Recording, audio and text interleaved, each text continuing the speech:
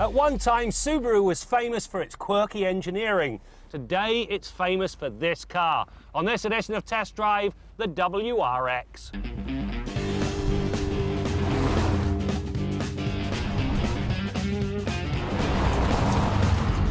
Long admired for its all-wheel drive ability, Subaru's quirky nature turned off many potential customers. It was, for want of a better description, a Japanese Saab. Now, there's nothing wrong with that, except it put a crimp in Subaru's true potential. The latest Impreza WRX is a fine example of what happens when sound engineering collides with attractive packaging.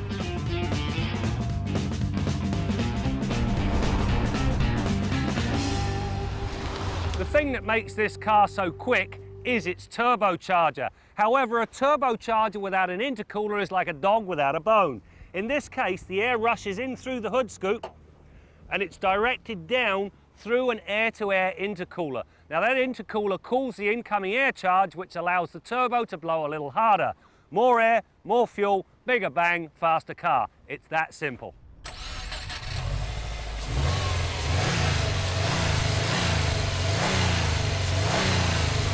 All of that work really put some serious fire in the WRX's belly. The combination of the turbocharger and intercooler delivers 265 stallions and 244 pound-feet of torque at a user-friendly 4,000 RPM.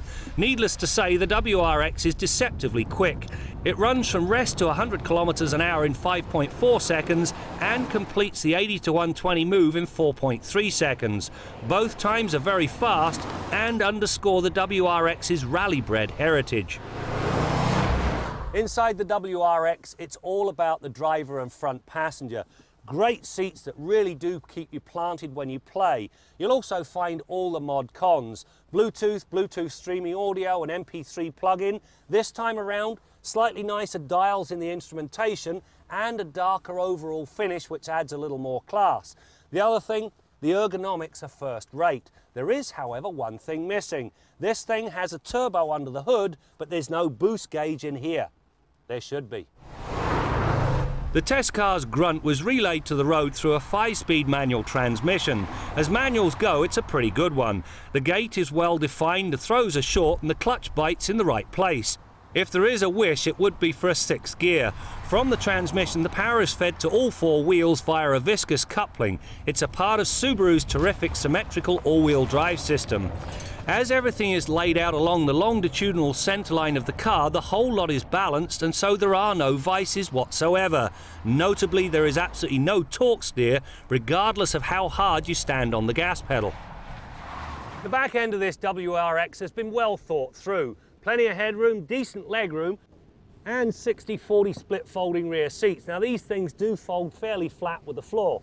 Now, if you move to the back of the sedan, you get 320 litres of cargo space with the seats in the upright position. If you decide to go with the hatchback, you obviously get more versatility, but you also get a little more trunk space. 538 litres with the seats up and 1257 with them folded flat. The WRX's other forte is found in its handling characteristics. The stiff chassis, sporty suspension and 225/45 R17 tyres tame body roll and limit understeer. The unspoken bonus is that the symmetrical layout of the powertrain brings much better overall balance. As a package, the WRX trashed the pylon test. If the driver does manage to venture beyond the WRX's considerable limits, there is of course an electronic nanny waiting to right the driver's wrong. The final part of the dynamic equation is the anti-lock brake system. With stopping distances that measure just 39 meters from 100k, the stopping power is exceptional, and it remains fade-free after several full-on stops. So there you have it. The WRX is a very nice car. Great handling, very good all-wheel drive, nice interior and plenty of power. For most people, this car will be enough. However, if enough is never quite enough, there's always the STI. Regardless, these cars represent one of the best bangs for your hard-earned buck you'll find.